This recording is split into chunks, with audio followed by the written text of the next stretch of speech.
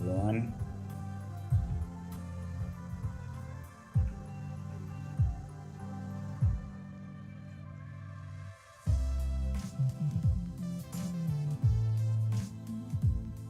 Yes, we are getting ready.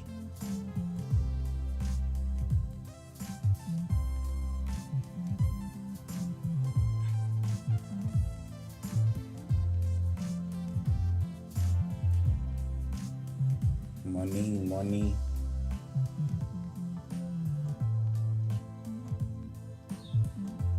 Okay, we are live today. Ennaku z'omwezi ziri ennaku 16 ezise ku mwezi ogwokutaano 2022. Morning everyone, welcome back to the stream. Obanga oli mupya nga gwe gusoose okubeera ku stream yaffe eno, subscribing tugezaako okukola sense ebintu binene ebyenjawulo naddala ebya trading, online businesses, crypto, tugezaako okweyigiriza. So bwe kibanga bye ebintu byo obanga wandyagadde okumanya how it is done, oli mu kifo kituufu, subscribing, liking stream, gezaako okusharinga with others. As usual, Bashir Chionga gemanya. Obanga oli mukadde ukimanya ekyokukola, liking stream, sharing with others, tulabenga tukikwasaganya. So bwe tutyo bwe tugenda okubanga tutandika stream yaffe ey'olwaleero, essaawa ziri 3:04 ez'okumakya mu Uganda, Kampala, essaawa ziri 8:04 mu New York, United States, then essaawa ziri 1:04 e London, Tokyo, Japan, ziri essaawa 9 ez'olweggulo n'eddakiika 4. So tugenda kuba tutandika tulabe biki ebibadde mu mawulire ag'enjawulo, naddala mu crypto. Tugenda tunuulira ki ekiri mu nsi ez'enjawulo. Tugenda kulaba biki like Forex, akatale kalimu kiki kye tuyinza osuubira wiiki eno n'okweyongerayo. So far abasinga bamanyi biki ebibaddewo mu cryptocurrency. Tulabye Bitcoin ng'eva ku 40,000 something paka ku 20,000 something.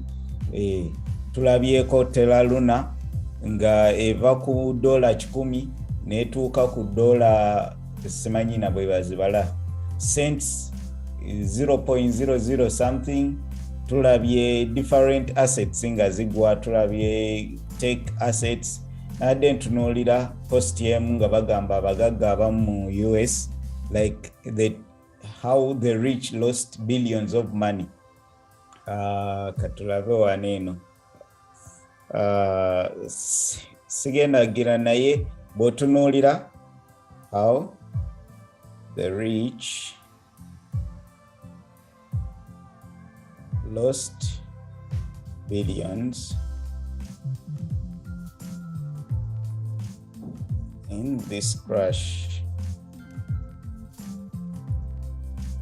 Ezeko kulaba gundi, so many people wolaba ba Tesla, the rich. Okay, this was Feb of mbadde njagala the latest. However, katulabe, I think this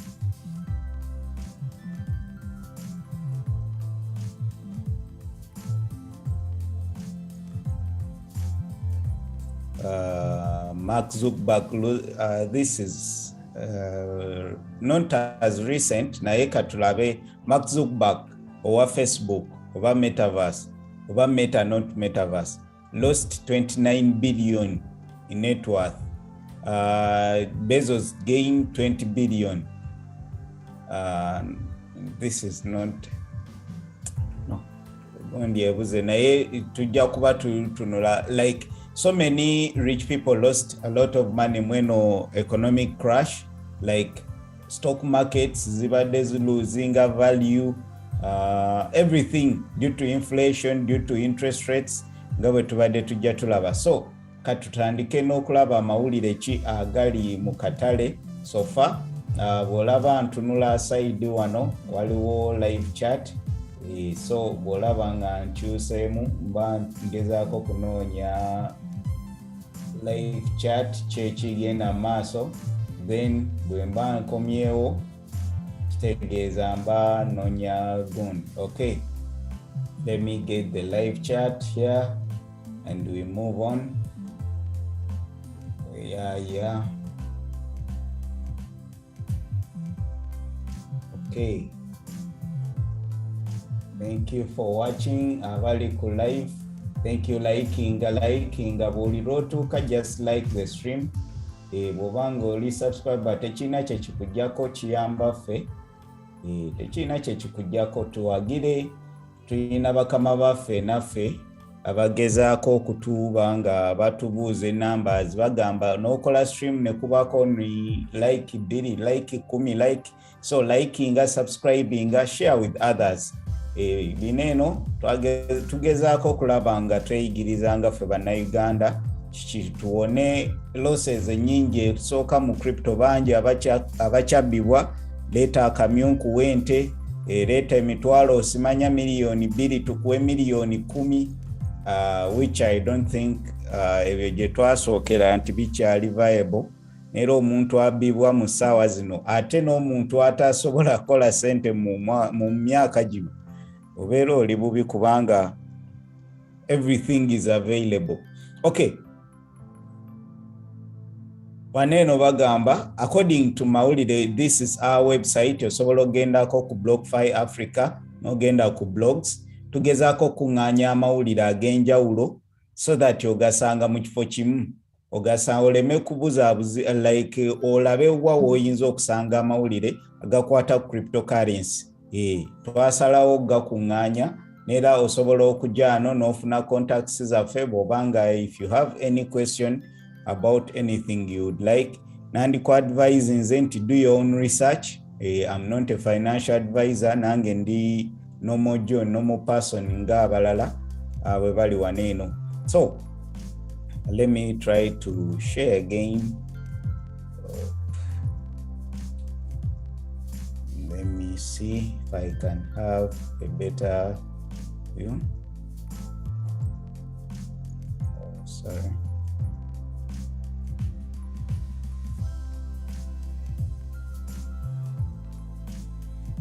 Okay, let us go by that. Trying to get the best out of the stream. So bw'olabanga tukikwasaganya mini.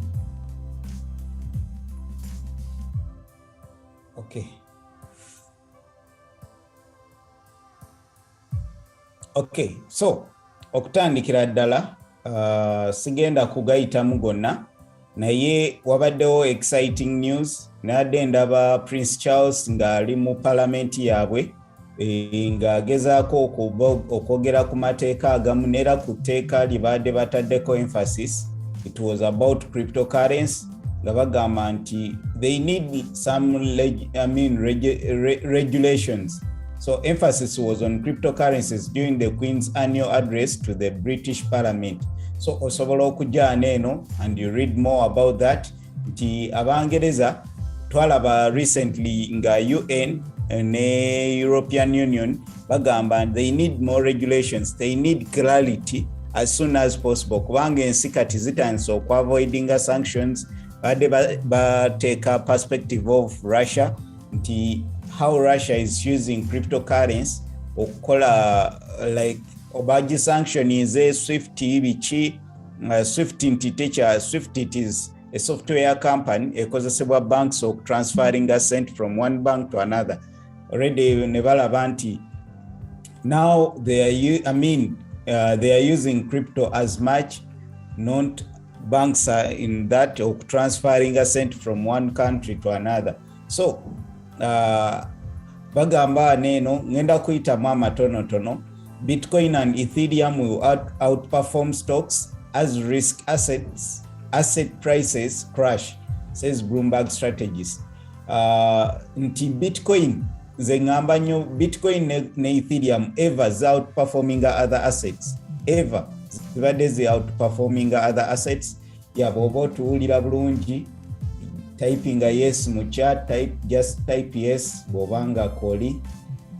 Kaija Rogers, Kagwa Raymond, Spicy TV Uganda, Harriet Nampela, Chivumbi Evans, Jafari Silika, M Francis, Sky D. Yeah, morning Nabalala typing mu chat, typing yes mu chat if you can hear us, if you had a good weekend, typing yes. Just type the Y. Okay, so with tambula neno, so many news naye agamu ku mawulire gembadde ntunuulira when I was looking at this news. I mean this site bagita Luna Crash naye ekola kyekimu, ekola aggregate of news agabaddewo mu different gundi ku Twitter ku anything.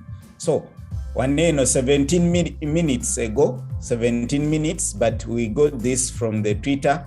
Na yes, 17 minutes in those abasinga wadewa kazuka. Bukere, this is the Nayib Bukere, ye president wa El Salvador. Ye president wa El Salvador. NOC. Eyasooka okukola ki okubanga adoptinga Bitcoin nga legal currency. Yatayipinze, I mean yagenze ku Twitter, ye osobola ogenda ku Twitter n'omufollowinga naye nkuwa good source agamba 44 countries to meet in Salvador today to discuss Bitcoin. Muzino ensi ojja kwesanga nga ne Uganda mweri ekyo ekisinza okungiranga. Agamba nti ensi zineno central banks and authorities are primarily from developing countries including Nigeria, Egypt, Nepal, Pakistan, Bangladesh, Kenya, Uganda, Rwanda, Paraguay, Angola. So Angola, Guinea, Madagascar, these countries are going to meet. There are more than these 44 countries. Sinti gundi na yes central banks and 12 financial authorities, 32 central banks. Kitegeza ne Bank of Uganda egenda syndical representative. Tugamba ebiseera ebisinga nti first control then yolabe gundi eyo method ebaddewo ebiseera ebisinga nti bwoba ekintu government tennakifuna bulungi esooka controlling then netambula. We need regulation, we need clarity for people to adopt these cryptocurrencies. Kati bwoba otunuulira neno bagamba nga nzija relative to this, accessibility is the main barrier to crypto adoption. Here are the solutions. Tubadde tulaba America bali mu kusaba ETFs, exchange traded fund. Exchange traded fund neera waliwo company emu, I think is it BlackRock. There is a company, there is a hedge fund oba venture capital egenda kutwala SEC mu gondi choyinzo gamba mu koti olwokuba ba blockinga ETFs. ETF oyinzo gamba it is just a fund whereby abagagga babera exposed to certain asset without being katichiringa bogamba ETF ya Bitcoin. Omugagga ye abeera investinga mu company tugeze Blocfiafrica. Fene tumuwa magoba ye nga tabeera tagula Bitcoin naji owninga, fe tu investinga mu Bitcoin naye sente ze nga ziri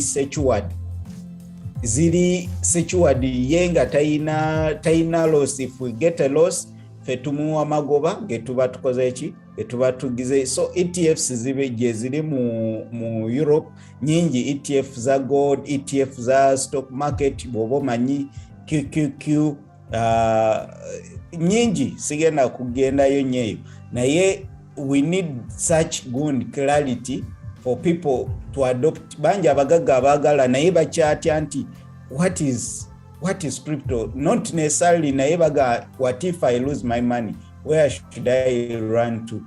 So these people bali mu kugenda okulaba nga bamanya El Salvador yo ekikola etya, what are the consequences, bayinza kingira batya simanyi, naye ng'ekyo osobola ogenda ku gundi ya Bukari simanyi oba bituufu, naye bw'obanga otunuulidde recently twayogera ku Muhammad Nsereko nga naye yagenda ku Facebook ye n'agamba ekiyasembayo, you hear Uganda making its own coin, you hear Uganda making its own coin, its own cryptocurrency. Kiyasembayo nakyo ng'agamba mu kifo ky'okwabolishinga bannayuganda technology, you cannot fight technology, you have to do this. Naye kiyasembayo nakyo ng'agamba you hear Uganda making its own coin. Ekyo ki statement nene simanyi lwaki akireeta bw'atyo, naye nga at least there is sense bw'olaba nga these countries are going to meet. Kiyinza obutabeera kyankya nti kati ogenda laba nga balangirira, no, wabeerawo ekkubo. Babeerawo ekkubo. Nakoma okuwulira Jinja bypass, Jinja expressway nga bajoogerako emyaka kati tugenda mu 3, naye tennatandika. Abantu bali mu speculating egenda yita wano egenda yita wano, no, neho imabwe bate bali mukola. There are plans ze bali mu kuteekawo, gwona ogenda omanya ng'olaba zigreda ziyitawo, then ng'olyoka omanya ne wano bwe kiri bali mu kutema mpenda ki ekiyinza gamazima digital economy, it will be there bw'obanga obitegedde kati weesiimye. Okay, nga tuvudde mu crypto, maybe later tujja tunuulira Bitcoin kiki tusuubira okugira mu technicals, naye ekyoba omanya fundamentally everything kiyinza okuba nga tetunudde ku mawulire mangi, naye so many countries, El Salvador yokka yaguze over 500 bitcoins. 500 bitcoin, buli bitcoin ng'eri mu mitwalo 3. Kitegeeza yaguze over 100 million, 150 million, something like that. Osobola okubisamu n'olaba. So n'olaba mbadde ndaba ensi ezimu, banks ezimu ziri mu kugula bitcoin, ziri mu kwakola adoption, ziri mu kukola kuteekawo bitcoin trading platforms nyingi, okugeza nga Barclays eri mu kuteekawo. So many countries are going to Bitcoin, naye ebyo tetugenda bitunulamu nnyo olwa time. Yeah, good morning Mr. Idris. Yeah, welcome. Hope tutambulira wamu. Yeah. Leero ennaku z'omwezi ziri 16. Bw'otunuulira ku Forex Factory calendar tewaliyo nnyo mawulire gayinza kutiisa nnyo okujjako. Tugenda kuba tulaba monetary policy report hearing yajjukira yatugambye nti banene Abangereza bali mu parliament balina bye bayisa, Bank of England erina byegenda oyisa. Tugenda labayo maybe some volatility during this news sawa 11 ez'oreggulo, oba sesuubira okubeera nnyo votayo. Then katulabe tulinayo core retail prices oba sales enkya, ne tubeerayo ne Fed Chair Jerome Powell agenda kuba ayogera. Then Croxa tulinayo CPI mu pound, which I think this can be very instrumental mu pound yen, pound pairs. Then CPI Canada, tetusuubira nnyo weekend okubeera very volatile, kubanga last 2 weeks zibadde very volatile. So katulabe kinsuubira trends okubanga tuyinza okutandika okufuna ku clarity mu charts. Okusookera ddala tugenda kuba tunuulira ku this is the dollar index. bolaba dollar index generally tuli mu moving higher. Kyetuyinza okulaba, this is the dollar index on the line chart on the 2 hours. So just ngenda kuba ntunuulira bwe tubanga tunuulira dollar index ebiseera ebisinga tulina okumanya abasinga batradinga nnyo pair ya euro USD pairs abasinga bazitradinga nnyo, then ne gold, then ne stock market, kubanga tubadde tulaba nti due to high interest rates people needed cash, so the dollar has been moving higher. Tubadde tulaba a shoot in dollar, so the demand for cash was too much, so essaawa zino tulina okwebuuza nti kati kiki kye tuyinza otunuulira dollar kyeyinza okukola. Momentarily tubadde tulina forming a bit of support here. Bw'oba totunuulidde dollar index nga yo trading US pairs kiyinza okukola obubi. Tubadde bullish ndowooza ku pairs zonna eza dollar, although I don't trade dollar pairs, naye tubadde bullish ku dollar pair gundi. For example, nti zonna ezibadde nga US dollar ye base nga these are the quotes, like nga eno waliwo pay endala tugeze XX yonna gyoyagala, USD CAD, USD Japanese yen, USD chi, kyonna pay ebadde wanene. Ebiseera ebisinga zonna ezisinga tubadde tulaba nga ziri mu kwambuka. Then bwe tubadde nga US dollar ye quote tugeze nga tuli wanene waliwo pair, currency, then netubeera ne USD wanene. Tubadde tulaba bearish momentum zibadde zikkirira. Alright, nti obadde weetaaga dollar ntono nnyo okugula this pair, okugula this currency, okugeza euro USD, kitegeeza obadde weetaaga USD ntono nnyo, kubanga US dollar ebadde very strong okugula euro emu, kitegeeza. So nti tubadde tulaba decline oba a sell off in these pairs, ate ne tulaba buys oba bullish momentum mu zino pairs. Alright, or strength mu dollar. Kati tulina okusooka okwetegereza kiki ekiyinza okubaawo mu these coming days. We are getting resistance kweno level, having several touches. I think people were picking liquidity. If you know about something about smart money concept, after getting this resistance here, this gundi kubanga ebeeraga bulungi ko bw'obanga oli mu indexes zineno olw'okuba zibeeramu ne gaps. So having resistance waneno ne tujja ne tu faking out for a breakout, then ne tutandika breaking support level. Kyensuubira nti we are likely to have a retrace entono okudda wansi retesting these lows. Kyensuubira this is our support, resistance, which is now likely to be our support for a continuation. However, if we fail to break, to move up, netandika breaking this low, then we are likely to get this. So alright, nti correction akatale kasubira oku rebounding ajukira ndoza this is the worst year in the previous 20 years of the stock market and equities. The worst year, even the worst beginning of all years. Tubadde tuyina kye tuyita sell in May and run away mu stock market. Even in crypto kibadde kijja. Ti May gwe gumu omwezi ogubadde gusinga okukola obubi mu myaka egisembeyo mu stock market. Kineno kyatandikira ddala mu 1000 mu something. Mu 1970 oba mu 80 mu something awo 83.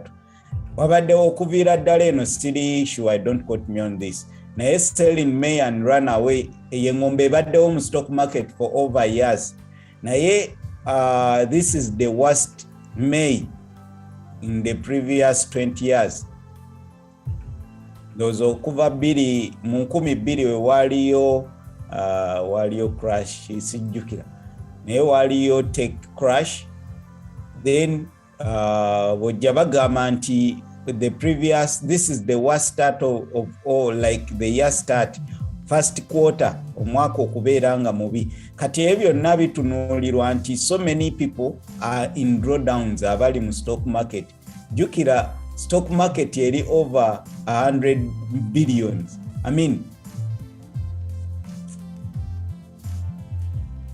worldwide ng'ogyeko ng'otaddeko zineno simanya Nasdaq, the New York market, ng'ogase London market, zaani zonna Japanese, China, obunna bonna obutale bagamba nti relatively buli about 100 trillion. About simanyi, don't quote me on numbers, naye kyengezaako kugamba nti numbers nene. Just bw'olaba akatale ka New York kokka, New York stock market, every day katambuza about $3 trillion. Ng'ogase ndowooza no, not New York yeka, naye ndowooza obutale buneno every day butambuliramu sente about $3 trillion. Then ng'ogase New York, ng'ogase bonna London, ng'ogase French, simanya biki, German, obu bonna obutale butambuliramu about $3 trillion or more. Forex eri about 6 to 7 trillion every day ezitambula in volume. This market cap gyembadde njogerako kale tugambe 10 trillion. Sente eziri mu stock market about 10 trillion. Naye kyemanyi zisingawo kubanga zisinga gold ki? Zisinga gold market cap kuba gold eri about 11 trillion. The market cap of gold eri about 11 trillion. Kyengezaako kuwa nti perspective sente eziri mu butale buneno nyingi. Bwe tuba tubadde tulabanga gold akkirira, stock market ekkirira, even company emwe ekasinga. Kati bw'obala company zonna sente eziri bw'ogatta sente zonna eziri mu cryptocurrency, just gundi egisinga Apple esinga sente zonna eziri mu cryptocurrency. Apple nga company emu lwakuba kati bagiggyewo oba bagiyita Aramco eya Warabu. Waliwo company y'Abawarabu eyagiggyewo mu namba emu in market cap. So kyengezaako kugamba nti sente nyingi eziri mu butale bunene and people are in drawdown tebasobola kuleka this gundi ebeere ng'ekkirira bwetyo. They are going to pump the market so that they recover some money okubanga batamza businesses. Ekyo kyenyinza okuteeka mu perspective yange. Tuyinza okulaba winter naye we are likely to continue moving up in some kiyinza kinene okubeerawo for a few days, a few weeks, a few months, naye tuli likely okulaba nga tweyongerayo waggulu. However, tugambye nti if we don't break above to continue, tuyinza okulaba nga tujja ne turetesting ano oba tweyongereyo oba okubreaking ano. Naye nga we are likely to see momentum, twili likely okulaba dollar ng'esooka okuretestingako oba okukiirako ko wansi okuretracinga. For now we are likely to see the dollar index ng'ekkirira. Kitegeeza bwe tuba tuli likely okulaba ku dollar ng'eretracinga, tuyinza okulaba gold USD ng'erinnya, tuyinza okulaba euro USD ng'erinnya, tuyinza olaba pairs ezo eziriko USD nga zitandika okulinnya, ate ezirina USD nga ye quote, ye base nga ate zo zikkiriramuko. So ekyo kyenjagadde okuleeta mu perspective. Okay, bwe tuba nga tuli fenna, yes, baako kyotypinga, you can type in one mu chat awo wansi wemanyiza okutypinga something kubanga tumanya kiyinza okuyamba. So VIX eriwo ku measuringa volatility mu katale. Eriwo ku measuringa volatility mu katale. This is the VIX of S&P 500. It is also an index. Eno VIX egezaako tulaga buli lwebeera nga eri waggulu, ebiseera ebisinga ebeeraga nti akatale kagwa. Buli lwekkirira, it does the opposite of the market. The stock market oba equities market oba S&P 5, Nasdaq oba US 30. So ngezaako okuintroducinga ababa tebabimanyi. So many people are trading US 30, Nasdaq, but I don't just in following kubanga blocker ange ku like funded account, they give you 1 to 10. Yeah, 1 to 10. Yeah, I think leverage 1 to 10. So it means you have to use more like 100 lot okubako impact jokola 1 to 10 leverage bobo trading indices. So nagendo labanga tempa bulungi gundi. Naye if you're trading on a trader asobola okuwa 500 oba asobola okuwa even 1000, waliwo bemanya abagaba even 2000 want to leverage oba 200, some give 200 over 100, then you can trade Nasdaq. So mbadde ngamba nti VIX etulaga nti now it's starting to correct to these low levels ze twaliko support level 1 eno. Sina kindi tuyinza okujja okuretestinga this low, which was the resistance here, to breaking and netufuna support. So after getting the resistance here, tomanya tuyinza okuba tugenda kolachi to have, as we are getting some correction ku VIX.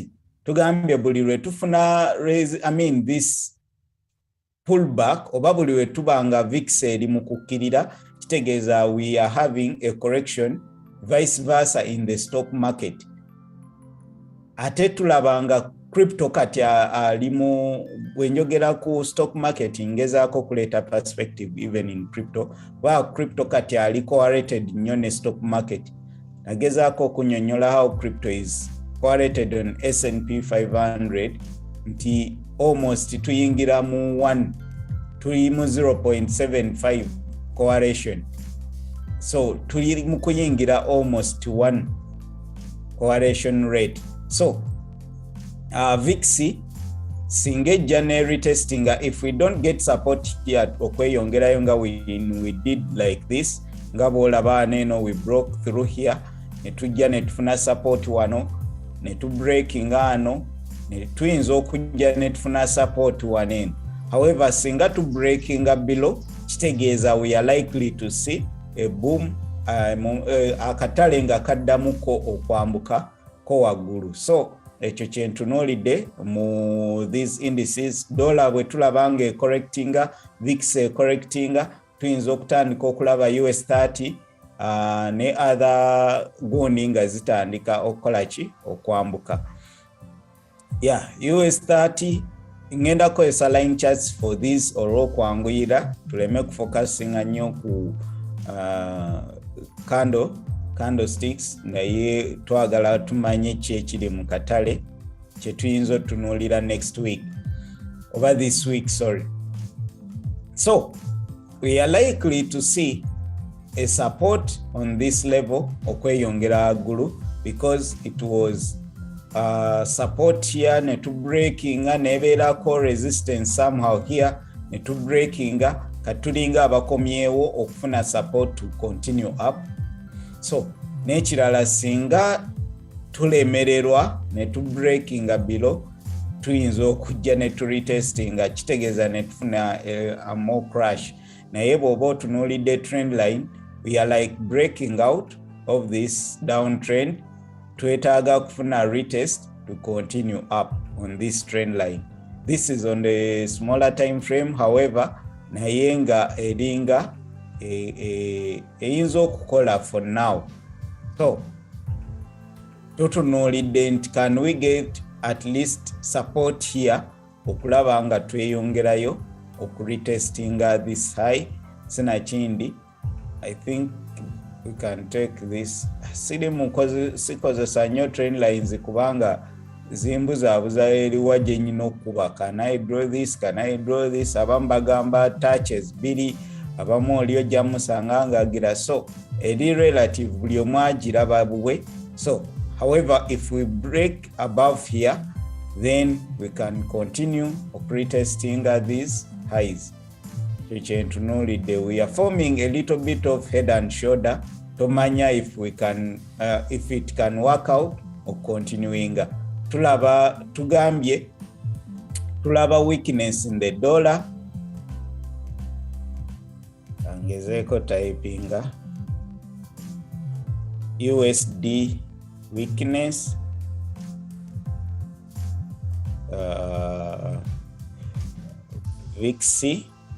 VIX retrace, then tuba tusubira strength in equities.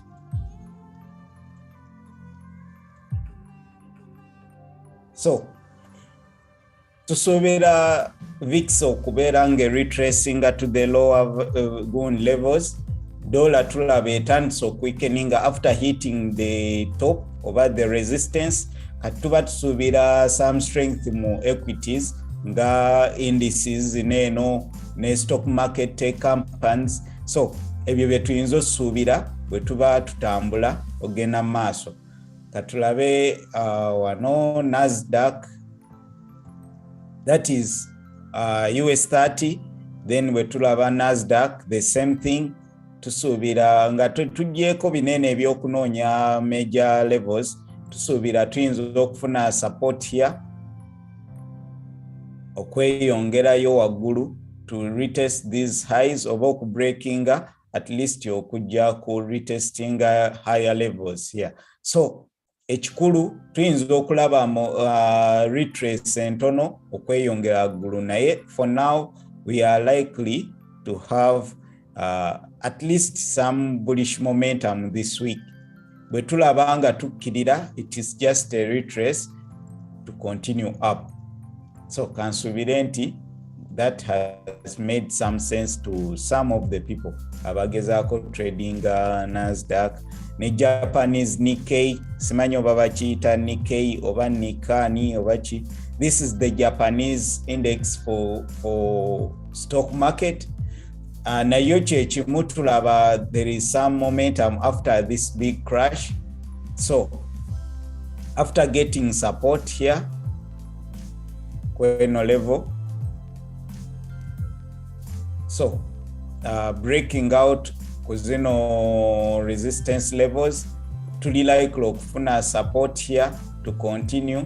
We had some resistance here. So ekikulu kumanya China ye fundamentally ne sentiment eri mu katale ekyali neutral.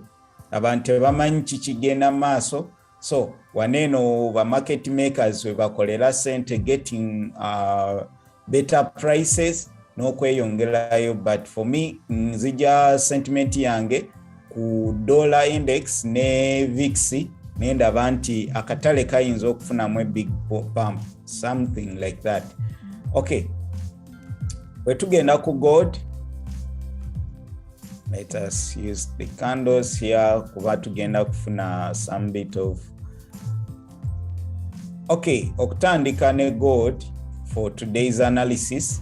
Yeah, last week ku channel, it was on Friday, we talked about a retrace ku gold to these levels.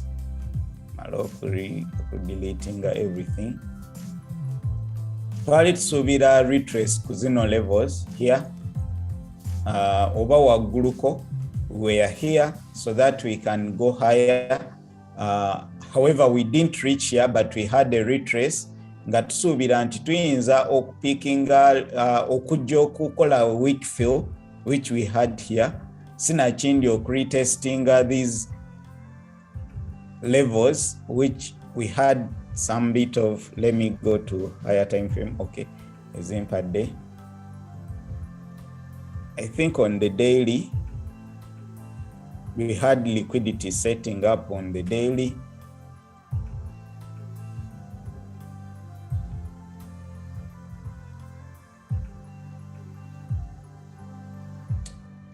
Okay. Yeah, on the daily before Friday, those we had this. Let me first delete out this to have a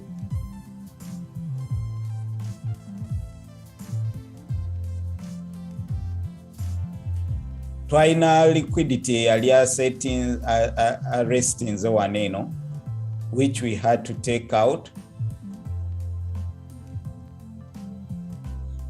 So, and we were expecting a retrace Queno level, then to continue taking out this liquidity because we had formed almost equal lows. Then over China perspective, we can come back to retest this order block on the daily. So there's no levels that Friday. Let me get a better chart. So those are kati elabika bulungi. Now my anticipation was tituli likely okujja retestinga not filling this gap so that we can come out and take out this liquidity. Bwe tunaba kweyongerayo tuyoke tujje tuambuke. However, bwe tunaba situli ba kweyongerayo tugenda kujja waneno tujje to retesting this order block. This is the daily order block. Je tuyinza okubanga tu retestinga okweyongera waggulu oba okweyongera wansi. So yali ye perspective yange yali mu katale. When I go to smaller time frame 4H,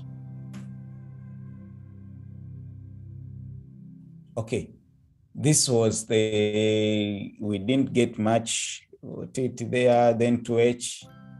Okay, this was the setup jetwali twina, then netandika okulaba nga tandika okubreaking no this. Yeah, this was the liquidity. Then twina this order block jetatappingamu about a few pips. So kati kitwali tusuubira okujja net retesting waneno after this rejection oba okujja okuretestinga this low olwaki nti bwe tubanga tulese okutappinga mweno order block at least a few pips then netwambuka lwaki tuleka this liquidity oba kitegerekeka nti if we are to go up lwaki tebasoose kutuuka waneeno ne batappinga mweno order block then ne balyoka bambuka oba price netandika rejectinga. So nali nsuubira at least yokomawo okuretestinga waneeno kweno level so that we can go higher. Buli renda levels ze tuina, for example, if we have a support level tugezeno kitwale boti tituineno support level price nejja nekoma waneeno just nga it needs a few pips, just a few pips, kitwale nga pips 50 30 naddala ku gold pips 50 ntono nnyo nekoma waneeno then neddayo. Lwaki eba ekomye waneeno mu kifo ky'okutuuka kweno level at least to fake out okugeza waneeno yakikola okugeza waneeno n'ekikola kitegeeza very soon waneeno batereseewo buteresi, they are faking out people okubalaga nti now this is the resistance, I mean the support level tetukyakirira, we are going up kubanga tuliraanye waneeno. Naye ebiseera ebisinga si we bakola, then ojalaba gwayingidde buys olw'okuba tobadde patient, obadde otya okukola ki okuleka akatale, you had FOMO here kubanga waneeno yakuleka neddamu ne rejectinga netuuka waneeno nekuleka, kati waneeno otandika panicking okubayinga then nejja nekuleka taking out olwaki there is buyer side liquidity oba waliwo abatadde wano stops. Ebyo oba tobitegeera buyer side biki, waliwo abatadde wano eno stop losses abagamba nti eno support then tugenda kwambuka. Bwe baba bayingidde buys kitegeeza where do they put their stop losses, waneeno wansi. Bwe baba bamaze oteeka munoono bwanajja they are adding in positions here, nera stops bagenda ziteeka ano wansi kati neba no olutuuka mu eno area bagenda kukola ki so kineno kye tuyita liquidity setting up. So after that nze mba neebuuza lwaki price bw'eba yabadde eyagala kwambuka ebiseera ebisinga akatale kalina okukola kye tuyita manipulation, kalina taking out liquidity waneeno ne kajja ne kakumanipulatinga nolowooza nti kagenda kwambuka then ne kakomawo ne ka taking out your money, abasinga kye bayita stop loss hunts. Bamanyi so many people are buying on this support level kubanga tugamba buy on support and sell on resistance. So they will buy here then price ejje eryoke bajjemu bweba yakwambuka then ejja kweyongerayo taking out buyer side liquidity ne sell side liquidity byonna bwe tunaba eri wabikola naye if it has taken out tetujagire. So kati kineno kinali ntunuulira ne ngamba maybe if we are to go lower higher tetwina leka this liquidity waneeno. Kiringa mulumbe nogamba mwaze kuziika ne bagaba bannaye temutulekere emmere ente weeri namba kitegeeza ogamba kamala okulyako waneeno tugende bannaye katumala okulya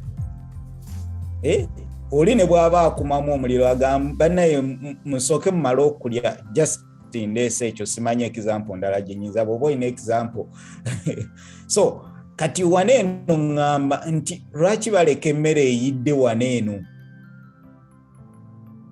just this ne batandika okwambuka kitegeeza they are accumulating more orders here to get good sales even lower. This is what we call the weak fill. Bweba rejection.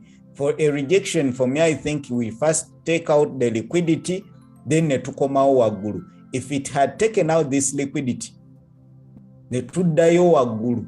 This I could consider this as a what? A rejection. However, nali anticipating anti maybe tugenda komawo kujja neno okufuna accumulations, then we start dropping lower. Ekyo kye nali anticipating.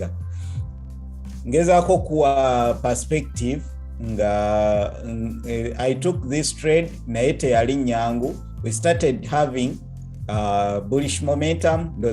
This was our Friday analysis nga we twatandikira wano nga tulowooza nti we can have buy low sell high. You have to buy low to sell high. Abamu we buy high and sell low. Oli alaba bamugamba shibuya abasajja bagaggawadde buli lwolaba mukwano gwo atabadde mu crypto nga atandika okubuuza ku coin manya sawa ya kutunda. Buli lwolabanga buli omu akubuuliranga bwe baluzinza akuweerezanga gundi bwe yakoze eki coin bwe zaagudde ye sawa ey'okugula. Kozesa eyo yesinga indicator esinga obwangu. Buli lwolaba olinga postinga negative news manya it is time to buy. Buli lwolabanga oli postinga best news atali mu crypto nga buli omu ayagala kugula nyinawo emitwalo gyange 10 nyinawo 2 gange manya sawa ya kutunda. Kubanga retail they do opposite of the market. Bagulanga akatale kalinnye ngeba oli agulira wano n'aselingira waneeno. So buy high, buy low, sell high. Ye perspective eyina okubeera mu bwongo. Okay, tutandika okulaba nga gold on Friday afuna a bit of a retrace. We are waiting for a retest here to sell on this low. This high, sell high, buy low. Twali twagala kuselinga aneeno. Or maybe twali tusuubira okujja oku bridging this imbalance elimweno price action here. At least tujje tulabenga we can retest here okujja how. Okay, so bineno byenali nsuubira for price to continue down kubanga tubadde tujja tukola lower lows and lower highs mu chart. So if we are making lower lows and lower highs, kati kyekimu kye nali nsuubira waneno nti we are making another low, maybe a retest here, then to continue down to make a lower low after making this lower high. So kiki kye twalaba after that tugezeeko kwangu, then tulabe kiki kye tuyinza okugeba. Then tetwasobola tuuka neeno, but we started seeing momentum of sellers moving down. Ndowooza olaba these engulfing candles have taken out this liquidity. We are making higher highs. We made a higher high, then we broke the low. Kitegeeza tutandise breaking a structure. Kati kiki kyoba oyagala kukomawo waneeno okweyongerayo oba okukomawo mu this order block okweyongera wansi to retest these lows. Ekyo kye nali ninze. However, so I went on the smaller time frame, I think on 15 minutes. Jukira bulungi. Yeah, on the 15 minutes, then we had a break of structure. Jukira neno tubadde tuli mu kwambuka, bolaba making higher highs and higher lows. Buli lwe tukola retrace tubadde tukola ki? Tukola a higher high. Then we started breaking out this structure to make a lower low. Kati kiki kye nali njagala? Nali either I waited for a retest here or a retest kueno level after breaking these lows. Then nemanya nti if we can have a retest here, nefuna a better entry kubanga nali ninze. I couldn't enter nga tetuna breaking a structure. Nali sobola yingira nga tetuna breaking a structure. So nabe waneeno wawe nayingirira ngezaako okujjukira gundi price engeri gye nayingiramu. Yeah. Here waneeno kweno week, this week is very waneeno waliwo sell gundi supply zone, and this is a very big supply zone order block. So I just waited for a better entry candle mweno zone. As long as we don't close above here, cheninze funa sell momentum to continue down. Echo chenali ninze, then netufuna this week after taking out these equal highs. This is liquidity. Buli rollaba equal highs, omanya there is liquidity. Equal lows, omanya liquidity. Something like this.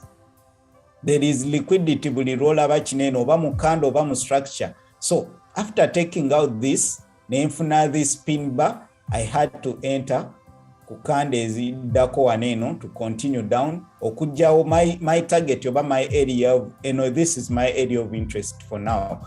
Naye my area of interest tugambye kujja ku retesting amweno low. Ye yabadde aim yange while taking out these lows. So then I had to enter here. Naga bwetandika okukola lower lows, stops wanena about 35 pips, zali about 30 something pips to this low, and yali entry, take out profit, then to this. Katulabe. That was my trade for last week.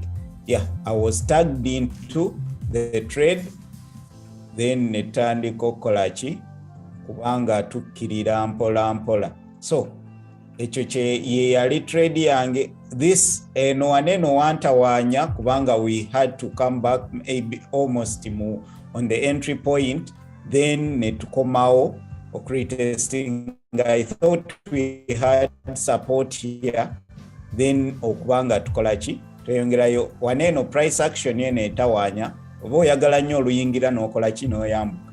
So when we had this ndowooza oba we are retesting to continue up. However, I just held in a little more.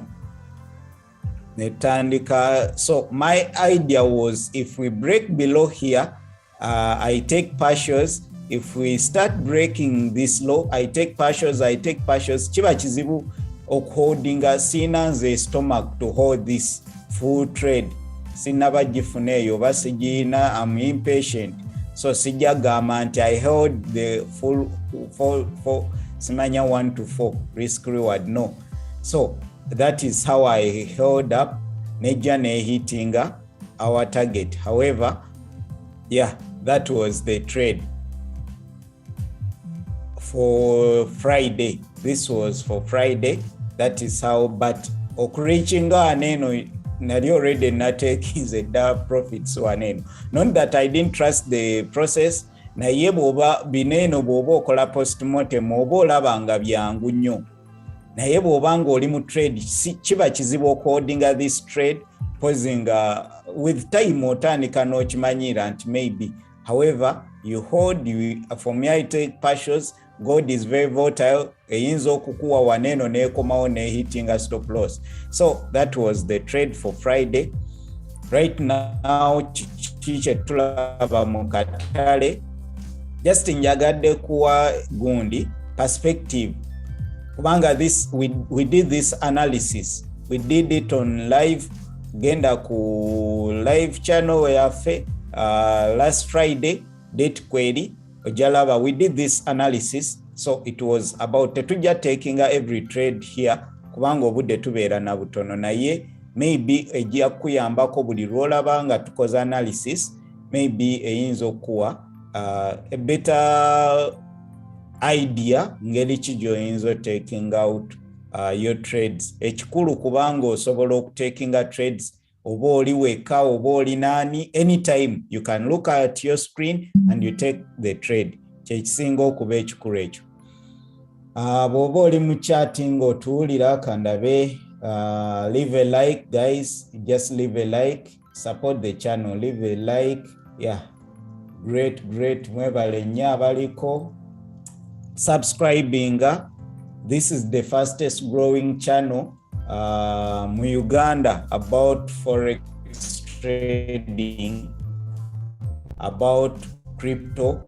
Nendala, we are coming up, we are bringing so many people kujja okubanga olaba. So gezaako okulaba ngo subscribing, maybe it can help sharing with others. Tubeereko leero oyinza obutawulira by'oyagala wulira, naye bw'oba olina ekibuuzo, bw'oba olina idea yonna yoyagala to maybe if you have something we can improve on, so leaving into the comment, into the chat. No gamba, you need some improvement here. Yeah, wanga we are not perfect. Sija gamba nti bintu bineno tutandika butanzi 2 months. However, okola binena ate byo tubiruddemu. Lwakuba tubadde mu private chats zaffe, zooms zaffe ezo, tugamba let us expand. We hope others baganda baffe bali mu genda zi Dubai bagenda wa, but if you can make $100, $30 a day, $20 a day here, waki oba oyagala genda bweru? If you can learn this skill, at least if you can give in your year, 1 year, 2 years, then this will be part of you forever. Newo nogende Dubai nero jja kubanga oli mukuba kyeyo, toyina skill yonna gy'ojja kufunayo unless you add in something, unless you learn entrepreneurship, unless you learn a new skill there. However, this is a skill which will be with you everywhere you go. I take amazima trading. It is not easy, but it is the easiest way of making money compared to others. It is not easy. In fact, it is the most difficult way of making easy money. It is the most difficult way of making easy money. So tugezeeko kubanga tulikinga, subscribing, bobanga oli mupya to subscribing, tekina kyekikukosa. It is the only way to support us, okubanga tutuusa obubaka buneno eri abalala. Bw'oba olinayo trader guwandyagadde okubanga watukyaza, you can maybe nyinza ogamba nti you can suggest to us someone wandigambye nti waliwo gwe njagala oba trader mulungi bwati, tusobole okulaba nga tufuna stories from other people who are at least abalala abalina ideas ez'enjawulo kyetuyinza okugamba. Okay, gold esaawa zino eno tukya dropping in gold. However, tugambye we can see tuyinza okufunamu a retrace mu very soon aba mu near oluzungu banaye waliwo ebigambo eribula oluzungu lutera okubula network yalwo ebulabulamu, so bwowulira nga tulunoonya toseka tonyiiga ogamba ono ekikulu kufuna sente. Bw'obanga oli wakutakinga trade kweno ku gold leero ndowooza tulina a bit of support. I would encourage at least to get below this level around eco price around 1805 18048 taking a trade at least nga gold ya breakings 1805 nga to breakings at least if you want a sell kubanga we are likely to see today this is a rejection on the daily. This is a big rejection on the daily. This was on Friday. So ati gold yayinza okubeera mweno range kyetuyinza okuyita this kubanga tutuuse mu rejection area tuyinza okulaba something like this. Bw'oba oyagala kulaba a reverse on any asset, oba oyagala kulaba weakness mu ba sellers, weakness otandikira kulaba kweno candle, this candle eno ndowooza tulaba momentum mweno candle. We didn't reject. It was a full bearish candle. We closed bearish. Then netujja netandika okufuna indecision candle neturejectinga after tapping into this waneno tuli mu rejection zone. We are in the rejection zone. Those olaba weeks zinene ezenjawulo. We have a week here. We have a rejection here. This is a demand zone. Nero laba after this rejection, we had big momentum. Buyers nga bayingidde mu katale. Kati tuli mu eno rejection zone. Bwe tutandika okulaba the same rejections, if we start seeing rejections again mu eno zone, then yoyina kubeera just careful. Leero Monday nera tulaba rejections mu zone y'emu eno. So kyenyinza okugamba nti beera very careful bwe tuba tuuse wano oyinza okulaba something like this. Today kino eno oyinza okiraba leero, then tomorrow gezaako okuanticipatinga toanticipatinga wa olunaku nti lugenda closingira wa, naye price action kijja oyinza olaba mu lunaku. Kati for me I anticipate this, then tomorrow tuyinza otandika olaba something like this. Eyinza obutaba week mpanvu esobola okubeera bweti, then netandika okulaba a push up on the daily. Kati bwema anticipatinga kino on the daily, kitegeeza bwema ndi wakutakinga sales tuli kweno stage, tuli kweno eno. Kitegeeza leero oyinza olaba bwe twambuka bwe tukkirira bwe twambuka indecision candle kiyinza okubeera ekizibu okubreakinga this. At least if you're to take a trade, linda to breaking 1805 for a sell. Tuyinza okubeera probable kujjako waneeno a difference between this and this. Tubadde twogera ku Whitfield nti eyo week yalimu yali on the daily the same day.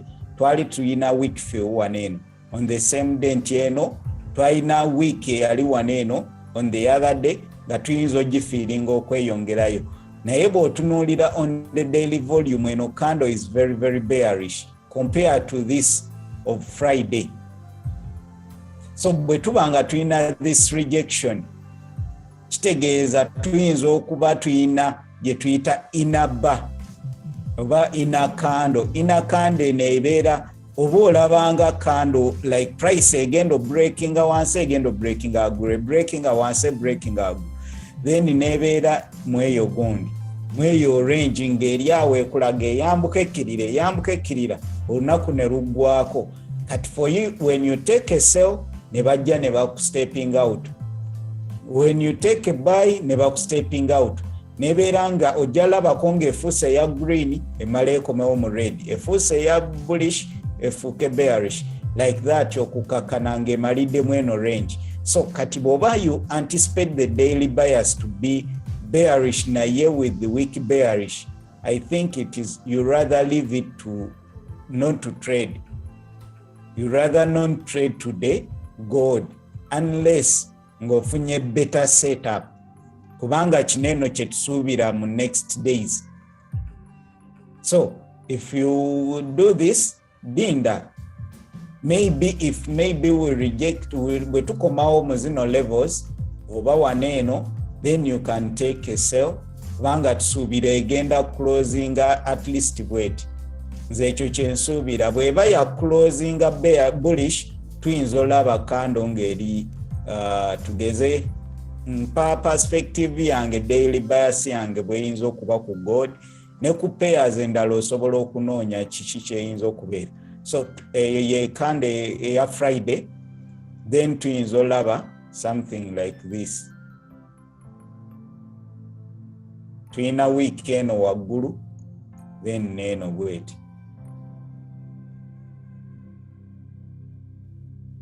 week sinonje. So we can see this. Nero olaba nti bullish momentum si mulungi si mungi. So eno esobola okujja ne closing nga eri bullish naye ejja kuba eri week bullish. Ne ba sellers nabo eri week. So if you anticipate this on the daily, then manya nti wayinza obeerawo fake outs nyingi. You rather not trade gold today n'olinda enkya kyeraba. If maybe you get a better setup.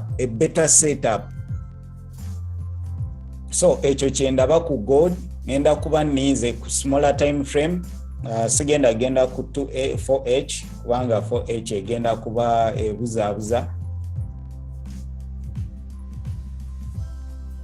Nandigambye if we come back to this level naye range ntono nze nja kuba ntunuulidde can we come back here.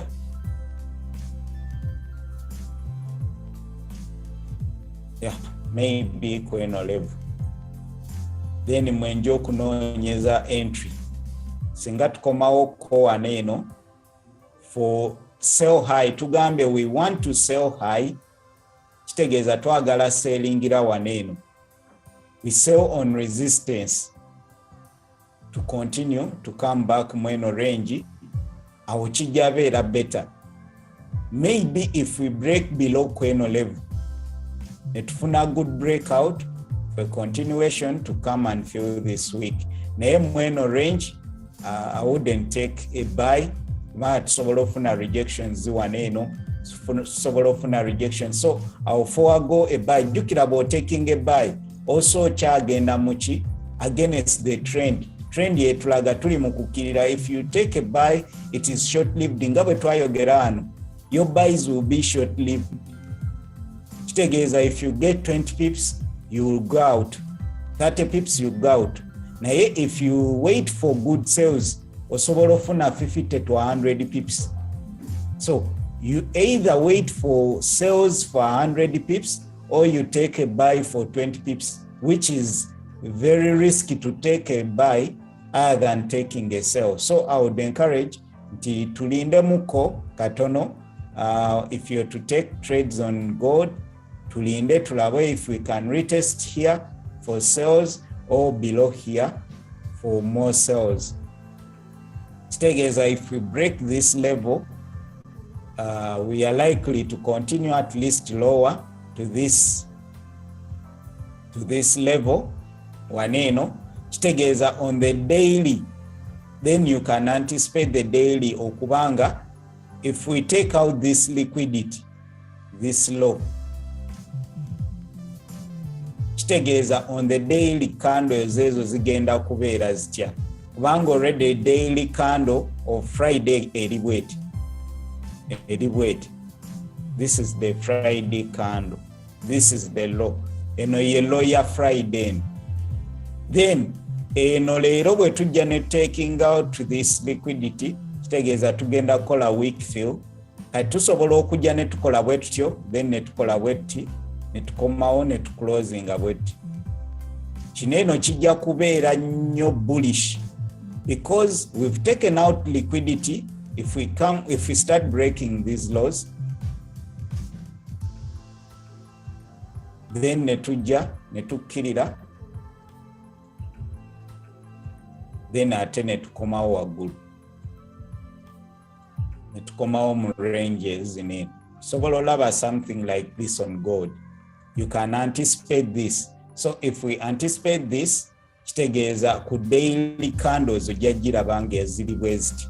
Leero ne luclosinga bwe ruti. If we close like that, kitegeeza chances nyingi Tuesday, Wednesday okutandika olaba retrace on gold, breaking structure to continue up. However, now tukyalimu, we make lower highs and lower lows. Kitegeeza we anticipate more continuation down momentum over downside. So nandyagadde nnyo tugambye, nandyagadde nnyo tutandika creeping nga twambuka waneeno. Then I look for a rejection. Smaller time frame nja kuba noonya gundi gaps, nja kuba noonya order blocks, nja kuba noonya something okumpa entry. On the entry kyanjawulo. So this is what I'll be looking at on the higher time frame, nadala 1 hour 2 hours. Then if we start having this, meaning break of structure, tandika okufuna break waggulu, taking out liquidity to come out, then I'll look for an entry to come back. At one end obera probable either double simanya head, double bottom, simanyo oba tusobola okukkirira ddala. However, if I take a trade here and I take profits here, zinene esigadde zibeera mbeera risk free. Ekyo kyengenda otunuulira ku gold. Hope that makes sense for someone. Bwe kibanga kimaking a sense, nsaba typing yes. Type yes in the chat. Okay, let me see. Let me look at GJ. Then bw'oba inayo pair gyewandyagadde tunuulireko GBP, JPY. Then osobola okutypinga mu chat. If you have any pair I would like us to look at oba gwe gyotunuuliddeko, then osobola otubuulira ne tutunuulira naffe ne tugirabako. Let us see the daily. Okay, on GBP tulaba, let me first go to the yen index.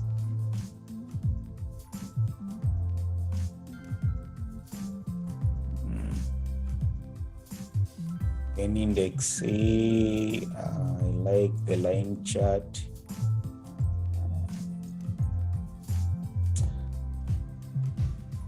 Let me get the line chart. Yeah, I think it is better.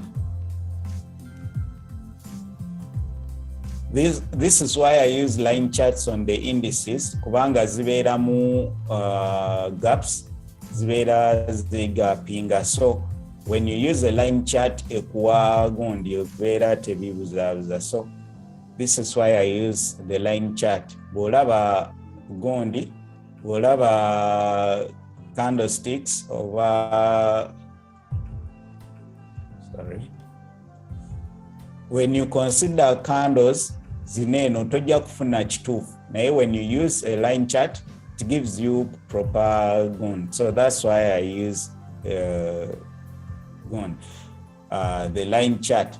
Okay, tubadde tulaba, of course generally GJ I mean, yen is very weak. Twogedde ku fundamentals, government printing so much money, ekyali mu bailout gundi yayo, government buying back mu REITs, mu bonds and equities, ekyali mu ku buying gundi treasury bills and bonds. So ekyali mu money printing gundi yayo government ya Japan. However, we are seeing we are breaking these laws. However, we saw that we had some transparent bino bikola amakulu bineno bituyambako okufuna bias, general bias mu katale kiki kye twandisuubidde. We had support here ku 17, these round numbers. Waneno tewali data, sina data okuva ku zino eno figures kubanga Japanese yen ndowooza tebaddeeko as weak as this since 2019 chi. So mbadde sina numbers mu zino eno levels, twakoma kufuna data waneno. This low 19, this is 1915, I think 2015 over, yeah, something like that. 2015 we twasemba okulaba nga tuli this low, Japanese yen bwe yali as weak as that. So ndowooza wasijjukira bulungi.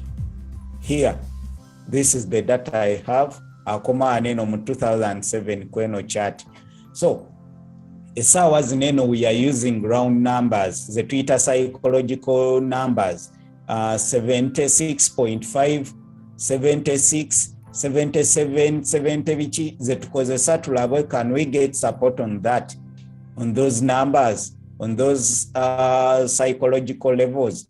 So esaawa zineno botunuulira we got good support kweno level which was 76.5, then to bouncing to go to get resistance kweno previous support level which was broken, then okuddaaneno. Bineno bibadde bikwatagana ne fundamentals ezibadde mu katale, okugeza dollar bullishness, generally wabaddewo gundi ezibadde zipushinga okufuna this momentum retrace. However, when you look at the yen index, index yeraga amaanyi ga yen, bw'oba trading yen pairs gezaako tunuulira kweno index. Generally we are moving, we are making lower highs and lower lows. So essaawa zino tukyakola lower lows, tukyayina gundi tusobola okujjana eno ne twongera okukkirira. So it will mean nera tukola lower highs, nera bw'olaba aneno twaze ne tufuna rejection and we are pulling back into this support level which was resistance. Kati maybe we can have resistance here to continue down. Kitegeeza yen weakness ekya continuinga. However, tubadde tuyina kye tuyita dead cat bouncing, oba oli omanyi nga basala ente oba enkoko, waliwo oleyeekangamu bweti nesamba ebigere noga tebanga ezuukusi nga yabadde yalambadde dda naye nesamba. So tuyinza okuba tulaba nga just prices are trying to kick the last kick, oba we are breaking out to retest to continue up. Kitegeeza buli we tunalaba Japanese yen index nga eyambuka, we are likely to see GJ and other pairs of yen pairs nga zikolaki zikirira. Buli we tulaba nga yen eno ngekirira, kitegeeza tujalaba yen pairs nga zambuka. So in that case ekibaddewo ekizibu nti pound ebadde so weak. Pound is so weak. Bobanga tugezeeko okukozesa correlations zinene. If you have a US dollar which is strong and you have a Japanese yen which is weak, ogenda ku chart yeno nomanya nti tugenda laba bullish momentum. However, if you see you expect this to be weak, kitegeeza ne yen tugisuubira okubeera strong. GBP tugisuubira okulaba kyekimu. However, if you see a weakness mu Japanese, mu pound yen, ng'olaba this, kitegeeza ate eno pound eri very weak. Kati if you're trading, it is better you trade USD, GBP USD, GU. Enejja kukolera bulungi olwaki. Tulaba nti eno eri weak compared to US dollar. Kati you expect yen okubeera weak compared to pound. Olwaki ati eno. Naye if pound is weak compared to Japanese yen, kitegeeza tulaba ekkirira. Kati ate egenda kubeera weaker compared to US dollar. Kitegeeza waneno jalaba more downside. If GJ is weak, is going down, GJ is going down. We are seeing going down. Chokanga atene eri weak. Kati kitegeeza ate kubona okwata eri strong, pay eri strong. Olaba tuguma kuba. Gwe ono batugambe yani semata. Ono semata olaba tuguma kuba. Kati ng'oyita golola, kitegeeza golola ajja kutta, kubanga golola w'amaanyi ku tugume. Katugamba ono ye tugume. Kati ono ye semata, ono ye golola. Kati tusuubira nti semata bw'akwatagana, golola bw'akwatagana tugume, golola ajja kuba tugume.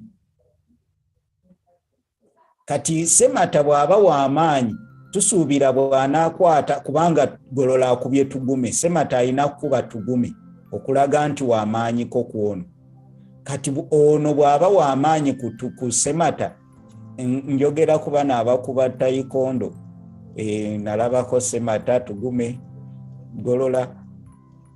Kati waneeno mba nsuubira nti then I expect ono semata okuba tugume.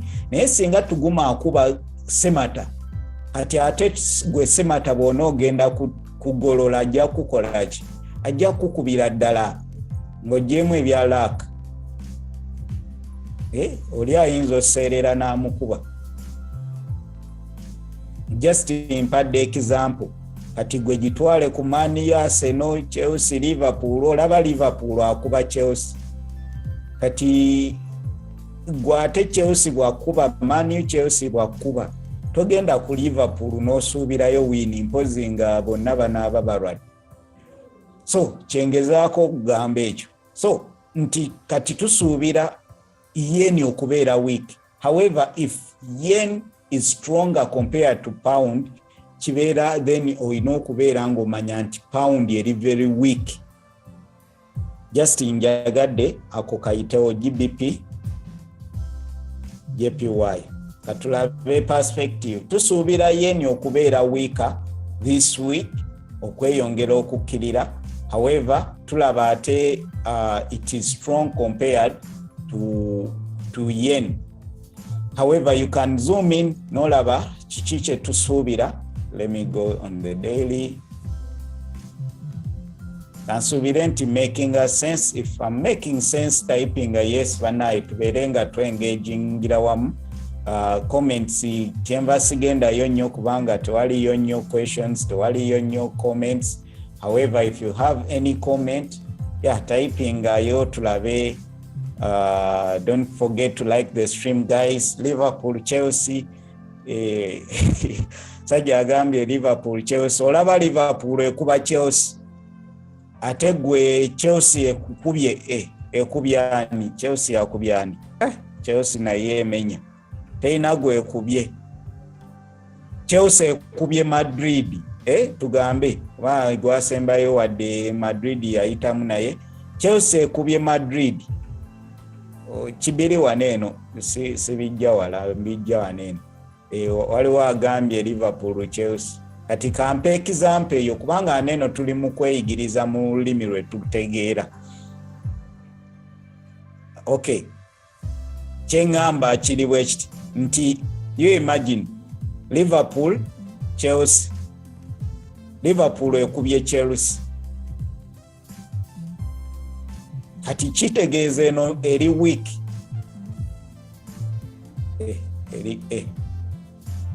eno eri strong. Kyokka ebyembi Liverpool egenda kukwata Madrid, tetumanyi kikigenda kubeerawo. If this bwe tubanga tetumanyi kigenda kubeera wanene, then tugenda kwebuuza Liverpool, Madrid bwe yeekwata ne Chelsea bakola batya nti Chelsea yakuba Madrid. Kitegeeza Chelsea eri strong. Ogwasembayo soogera giri ejasimanyi oba zaali meka oba 3 oba 2-3 eno eri week. Ngamba gwasembayo temunkwata bubi, ogwasembayo Chelsea yakuba Madrid. Wanene ono ali week compared ku ono. Kati bwabanga ono ali week ku ono kyokka nga agenda kukwata ate ono munafu, kati osuubira ono kukolaki? Ali very weak ono. Oba kitegeereka? Kati neero oba ogamba olaba nkubya ow'amaanyi, kati ono omusuubira mukubira ddala. So kati kineno kyengezaako kugamba nti tulabanga Japanese yen ali very weak compared to the economy. Japanese yen is very weak, US dollar is strong, then ate pound ali very weak, JJ ali very weak compared to ono nali strong. Kati bw'onookwata ono n'omugatta n'ono ate agenda kubeera mubi nnyo. So GU tugisuubira ate okubeera nga egenda kukkirira okusinga ku GJ. So eyo ye perspective gy'olina okuteeka mu bwongo. I use that so many times nga noonya pairs ezikowaretinga nenzinoonya nengamba eriwa pair ekowaretinga neno very strong compared to the two. Very strong, very weak. Nti olabe very strong compared to eno. Atenge very weak. Then I pick the weakest in the basket and I pick the strongest in the basket. Then I trade those two. Bobo cha trading pairs nyingi ekyo kijja kukolera nnyo. Noonya pairs eziri correlating tugamba in a week. For example, if you look at this, it is weak. We are going down. GJ kitegeeza Japanese yen weetaaga ntono okugula pound. Then genda ku UJ, USD, JPY. Olabe kyokka ate ye eri mu kwambuka. This 4 is not as much as the other one. Yeri mu kwambuka kitegeeza nti eno eri strong compared to Japanese yen. Wadde weetaaga ntono naye ate weetaaga nyingiko okusinga ku ki. Then kati genda ku GBP USD. Owanda ndowooza ojjalaba kati ate yekkirira bukkirizi eri mu kugwa bugwi eringa eva mu ggulu. Ekiraba zonna levels yazi breaking zedda. Simple as that. If you can do that, picking a pair gy'olaba nti eno eri weak nene eri strong fundamentally. Dollar tugambye eri very strong. Kati noonya olabe ku euro Japanese yen, ku euro gundi eriwo esingayo kwezo oba US chef. Noonya tuzimanyi major pairs, tumanyi major currencies. Kwata ezo major currencies tunuulira pairs ez'enjawulo. Olabe pound yen ekola etya, pound chef ekola etya, pound gundi. Kati genda ng'opickinga mweyo basket the weakest and the strongest. Maybe ojja kufuna a good trade. That is the easiest way of trading pairs. Just njagadde kuleeta yaako. so ndowooza ekyo kiina gwe kikoledde amakulu like nga stream bwe kibanga kiina kye kikuyambye. For me I decided obuteetawaanya nnyo tunuulira pairs biri nera gold bwetampa trade gijje jja kumpa trade in the long run. So recently twalabanga we had liquidity here, we stopped here, ne tugamba lwaki tukoma waneeno ne tweyongera waggulu nga tulese liquidity, then we purge that liquidity kye tuyita liquidity ki raid. ICT akiyita liquidity raid oba aba smart money concept bakiyita liquidity purge, like okujja ne bajjawo sente ezo tebaleka sente. Smart money, they don't leave money there. So essaawa zino we have resistance, support. We are having support here essaawa zinene. Kitegeeza either we wait for a breakout here oba ofuna an entry higher. If you want to sell after the breakout, linda to breaking a major support, over you would rather sell here, linda retest wano to continue. Kitegeeza ne bwe tutuuka waneeno oba omaze okulyakoko, oba if we set up to this level, kitegeeza oba osobola okweyongera waggulu wansi to continue down. So recently twatapinga mweno order block, let me use permanent marker.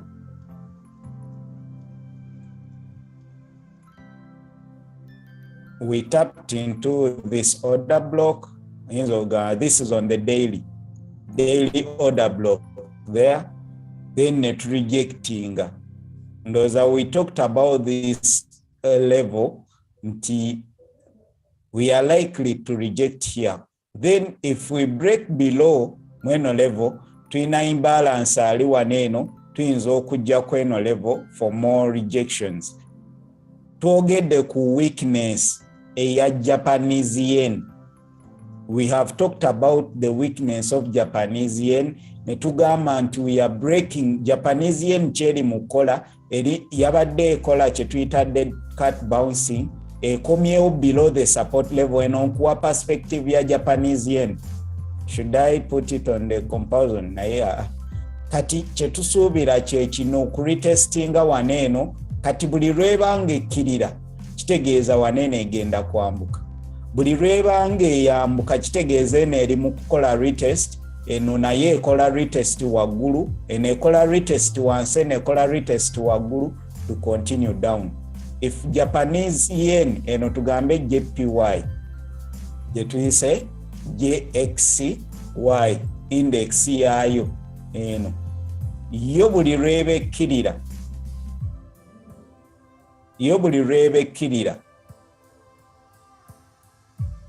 eno Japanese pound yen eba ekola ki eyambuka.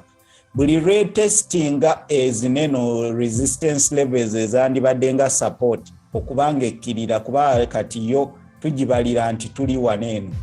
Essaawa zineeno nga bwe tulabye tuli mweno area waneeno.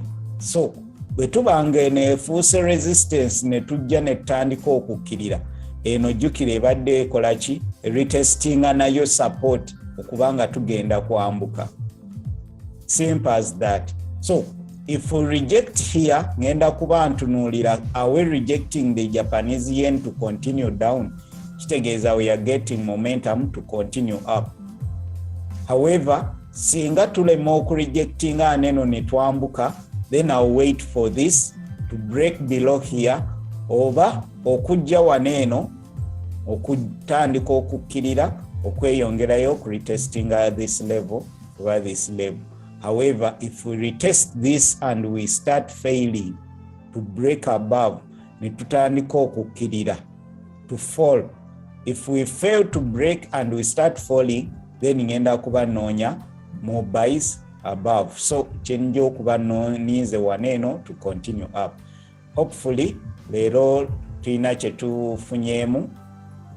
Mu chat bw'oba olina pair gy'otunuulidde, gezezaako oyita mu crypto for the weekly, okuyita mu DJ okuyita mu sentiment kyakatale kyekalimu, indices, ebintu ebyo indices gezaako zitunuuliranga indices, not just gundi, tunuulira fundamentals, and encouraging if you're trading Nasdaq or US 30, zi trading ennyo mu New York session kubanga volume yayo abeera mungi, like they break out very good. Goberera New York sawa zibeeranga ndabe zibeera sawa ngameka, okay, zibeera sawa nga waneno zibeera mu sawa 8-9 akatale ka New York weka openingira, katale ka New York openinga sawa nga 8-9. You can have this word clock eri ku Google, genda ku Google ogiteekeko. I use this as my sentiment. Ndaba time chikati saa zino twakava mu New York, London Open. London Open yetandika saa 2:00 tuvuddeyo. If we didn't get some volatility, if we didn't get the market moving mweyo time, kitegeeza ngenda linda stock market open. Simple as that. So tukozese time okumanya obutale bunene we bumuvingira, maybe kisobola okutuwa gundi. So this is a major support level gye tulabye.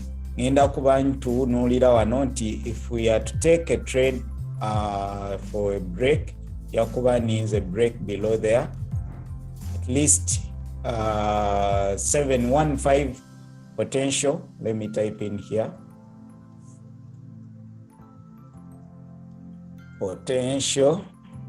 Bwempandiika obubi bannaye spelling toseka tonyeega tova ku chat olw'okuba mbiwandiise bubi. Potential sells below 157.2.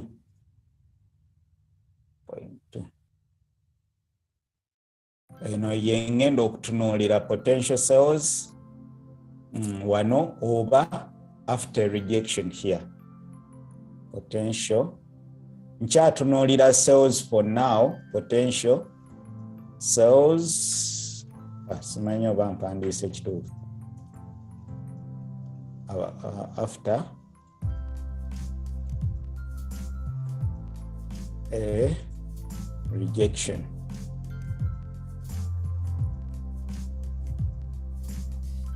Potential sells after rejection kyakabinyo. Yeah, ekyo kyeninze after rejection mweno zone nenda kuba noonya sells oba below here kubanga tuyinza okujja okuretestinga these lows below. Kati ngenda kuba noonya buys mweno zino area for a double bottom kubanga to breaking so far not much structure broken, naye nja kuba ninze a retest to this low for potential buys. Singa tuongera because bolaba aneno this liquidity not yet purged. If we fail to purge this liquidity ne tukoma on taking out these lows, twina set up liquidity ali waneno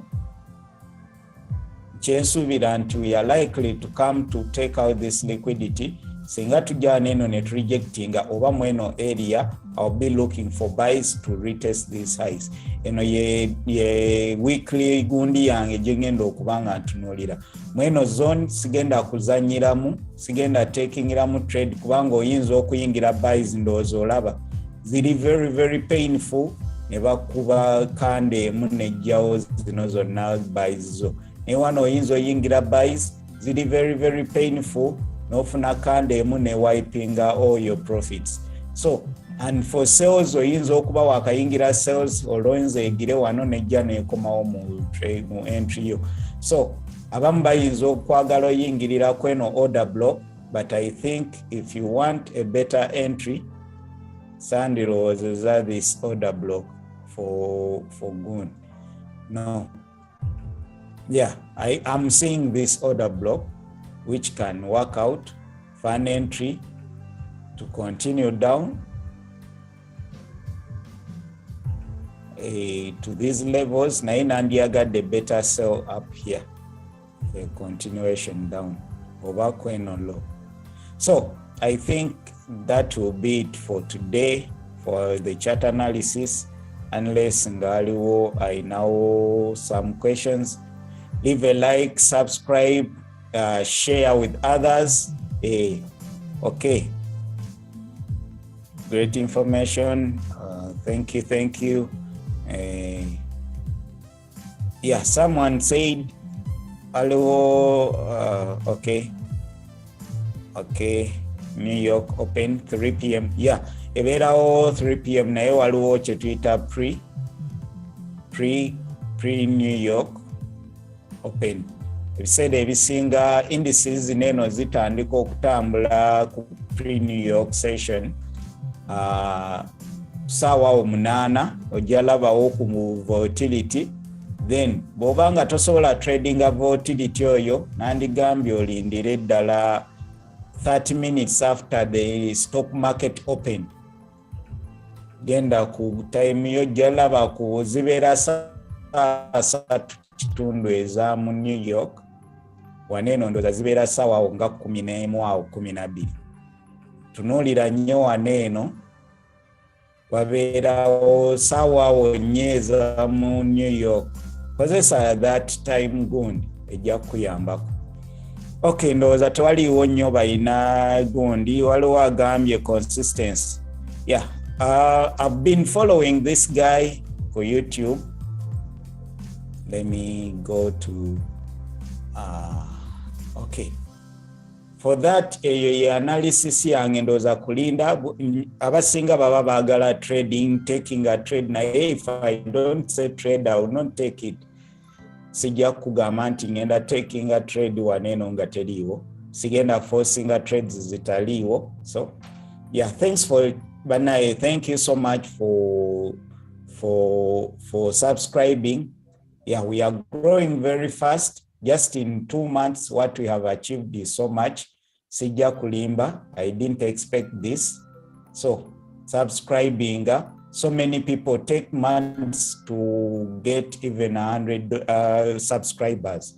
Naye we are growing so fast. Waliwo guy ono mbadde mu following abamuyita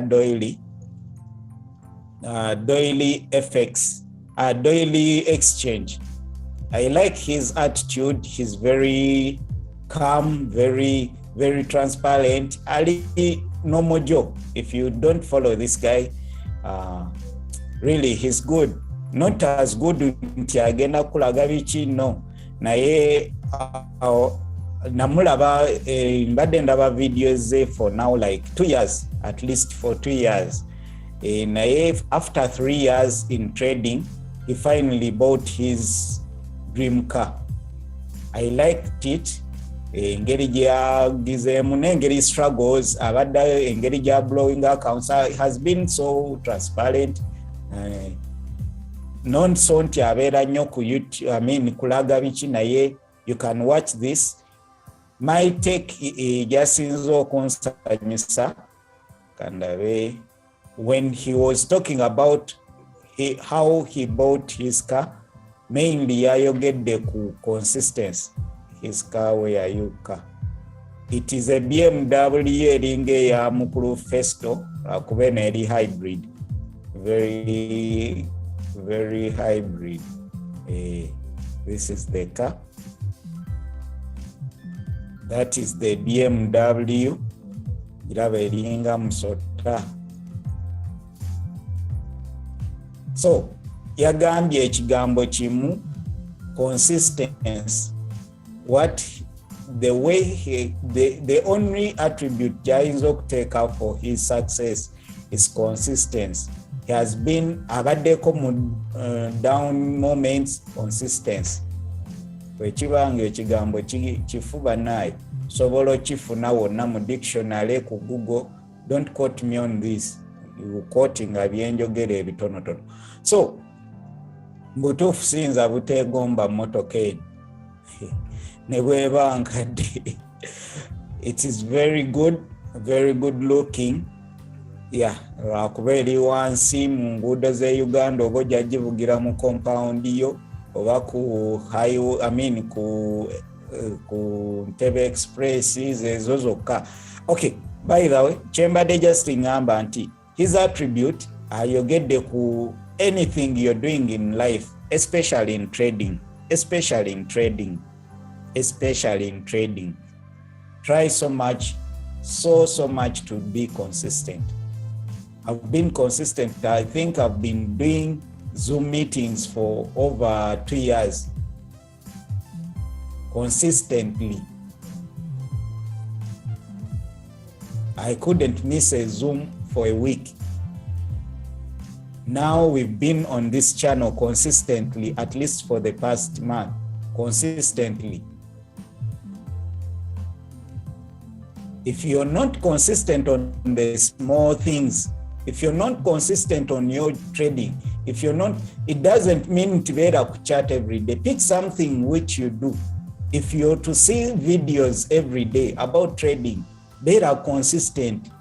Don't miss 2 days without watching any videos about trading.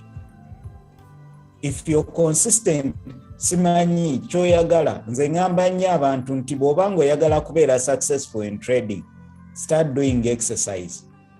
Start running, start buuka simanya apart together. Kola frog jumping, do some exercise. Say ebitabo, do some physical exercises. If you're not consistent for a month while doing the smallest you can do, osobola okukola sports, osobola okukola jumps, n'ogamba nja kukolangayo 10 every morning, oba every day, oba every before I go for a bath. Bwe mba sinanaaba ngenda buukayo emirundi 10, osobola okubuuka nga okola kye tuyita high knee, obuuka emikono ogikoona ku bisambi, oba ebisambi obikoona ku mikono. You can do anything. Naye kikole consistently. If you cannot do that, if you miss 2 days, 3 days, omanya nti you're not consistent. Kijja kubeerera kizibu okubeera successful in trading if you're not consistent.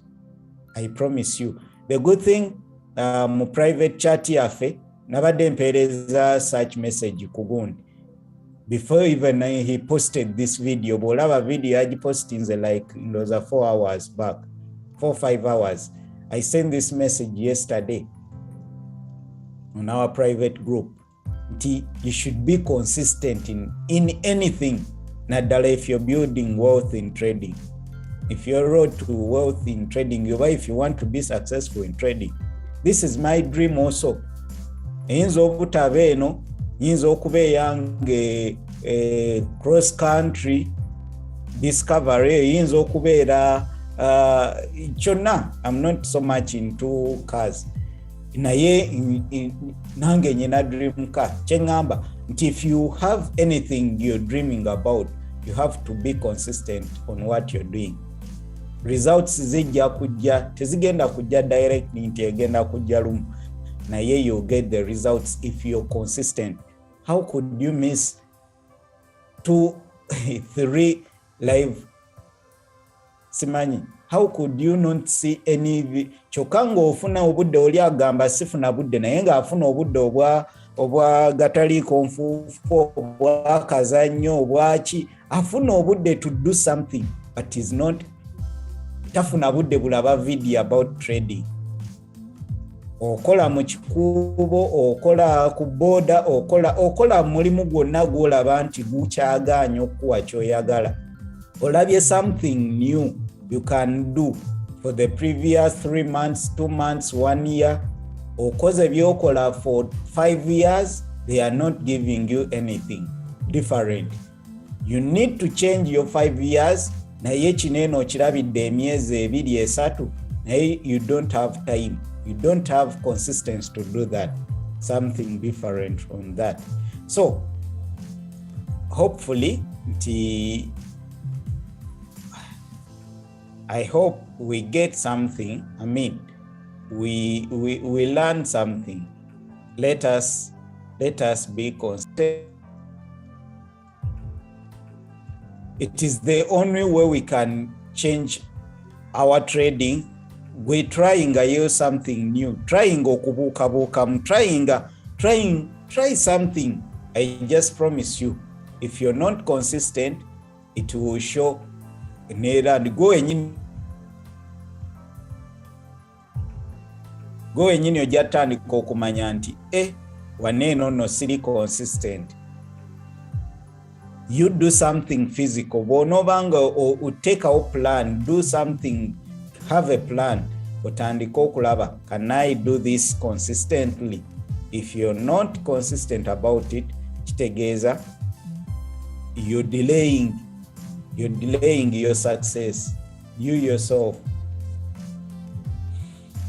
Okay, like the stream, guys. I think tetulinawo nnyo kya kwongerako. Yeah, maybe nandisabye. These are the messages eziri mu gundi, siina gwendeseeyo message ye. Nandisabye bw'obanga olinayo trader gw'omanyi gwe tuyinza okuinvitinga ku chat yaffe n'atubuulira ku story ye, maybe asobole okukola ki? Asobole okutubuulira ngeri gyakikozeemu, osobola okutubuulira, okumusuggestinga. Yeah, you can go in our Telegram group. By the way, we have a free Telegram group. Go to our description mu chat. Ebeerawo ojalaba gundi. You can search even on YouTube. I mean on Telegram, FX Lab Yugi, FX Lab Yugi, join the free Telegram group. Wabiriyo banje abasharinga. I'm not so much in Telegram, but they are very good traders there. They share analysis, they use different strategies, smart money concept.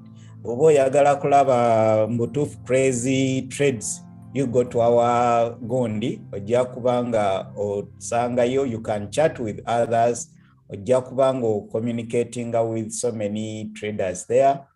Yeah, see you guys. Thanks for being on the chat. Let us meet tomorrow, inshallah. Mukama abakumi. Let us meet tomorrow. Hope everything goes well in our trading. Trade your plan and plan your trades. Bagamba, plan your trades and trade your plan. I've planned my trades. I don't take a trade up to here over waneno. Gold, I've put up a plan. XAUUSD. I've put up a plan on gold. This is what I'm going to. God yakirideda. God yakirideda. Ayande said. Sorry for that.